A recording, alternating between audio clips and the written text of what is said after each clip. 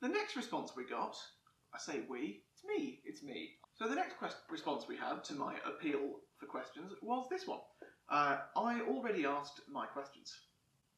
Thanks, you're a big help. Luckily, I went into my hard drive and found your questions, and they are as follows. Do we feel bad for Theresa May? Do we think she's useless? Do we agree? Are we giving up on Brexit? Are we leaving without a deal? In order, no, yes, no, probably, maybe, who knows. In terms of the question, do we feel bad for Theresa May?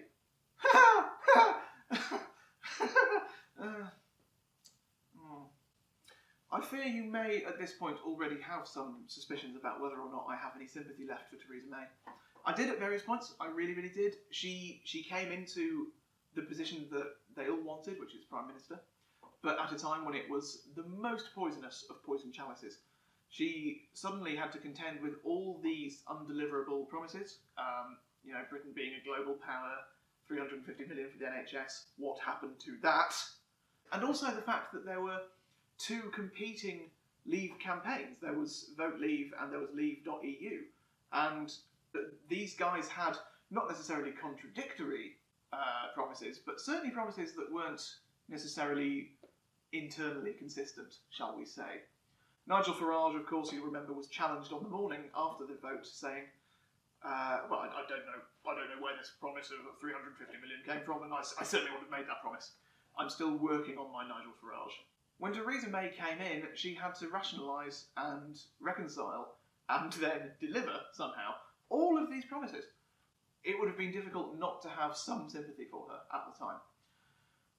However, she has not done herself any favours, shall we say. I don't know why I'm being so euphemistic. She's been a fucking disaster. She has been so unflinching and so aggressively and consistently wrong about how to play things. I have totally run out of patience for her. I have totally run out of patience.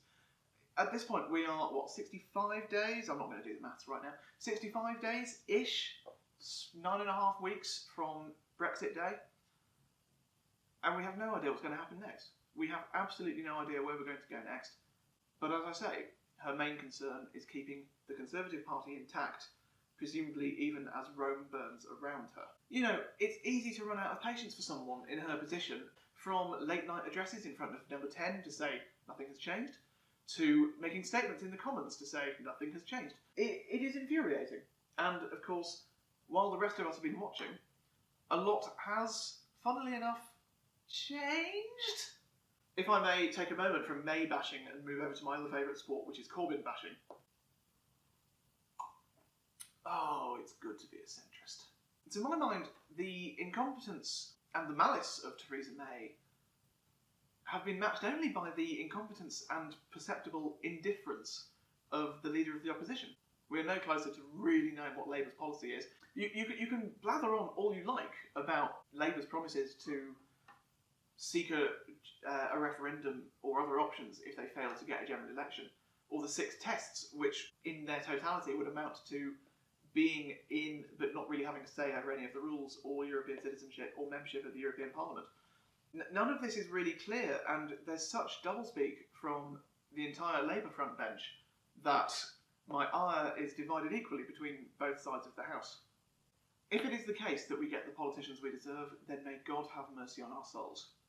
As to your other questions of, are we giving up on Brexit? I certainly have. I never really had faith, if I'm honest. Who knows? Who the hell even cares? Me. I care at least a little bit, otherwise I wouldn't be here trying to talk to you. But you don't care. You have definitely stopped watching by now. And we have so many more questions.